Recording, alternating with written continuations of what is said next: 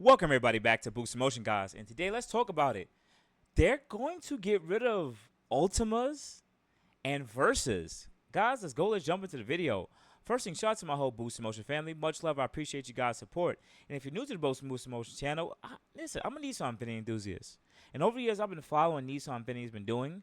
But I'm actually shocked that they're going to get rid of Big Ultima Energy. We know we've seen cheap lease rates on these cars, these baby mama cars. These are cars that you just want to get around, but once they instituted that CVT transmission, I don't know, that made Nissan not as fun. But they're getting rid of the Altima, and it just doesn't make any sense to me. So let's quickly read through this article, because, I don't know, maybe we can consider this an emergency meeting. So anyways, Nissan will kill both the Altima and the Versa, report says. The Nissan Versa isn't necessarily the best car you can buy.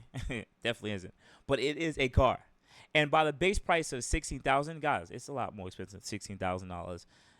For you to go get one, it's like over $20,000, okay? And at least, least expensive that you can buy. And it's also seen as a massive increase in sales, though the first half of this year selling 61% more than it did the first half of 2023. So it's a good selling car in the sense that it went up 61% year to date of last year, right? And both the Versa and Ultima are set to be killed off after 2025 and 2026, respectively. The Sentra, however, will be reportedly living on. Okay, they'll live on. Now, this isn't the first time we've heard rumors. Last year, we heard exactly the same thing while Nissan didn't outright deny the rumor. A spokesperson did point out that the Ultima has been refreshed for 2022, saying, as we accelerate towards realizing Nissan's ambition in 2030's vision, we have many exciting plans in development, but we don't have anything to share at this time. Remember, guys, Nissan wants to go with electrification or pretty much more hybrid models. They were essentially overseas. They do have hybrid models that do run off like parallel systems where you have a 4-cylinder or small displacement gasoline motor and electric motors that drive the actual front or rear drive axles. So essentially, the engine isn't connected to the drivetrain. It just charges the electric generators that move the front and rear wheels. It's a weird hybrid system. Now, while the Versa sales are up significantly through the first half of the year, Ultima sales are down about 5%, coming in at just under 60,000 cars sold. That's a lot of cars, though. 60,000 is a large volume amount of cars. Meanwhile, the Toyota Camry is up about 3%, clocking at just 155,000 sales. That's a lot. So you tell me Toyota Camry is literally selling almost 100,000 more cars than Nissan.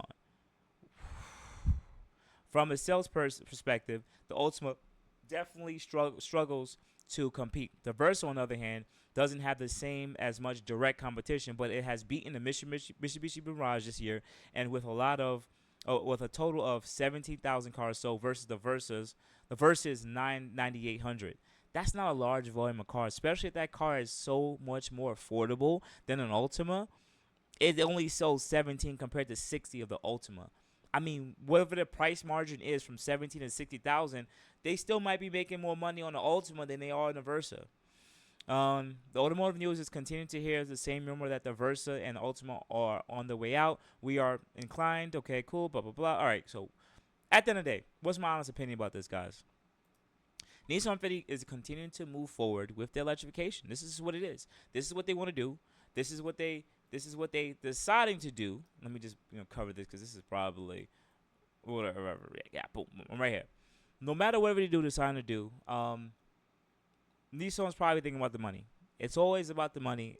And is the Nissan Altima a good seller, or can it compete in the U.S. market? Sometimes they have to slash certain models because at the end of the day, it's one less thing they could have to sell. Now, I am assuming that if you probably went to look at like the Nissan Rogue prices, or how much Nissan Rogues and those COVs or crossover utilities sell, they're probably astronomically higher than these two sedans.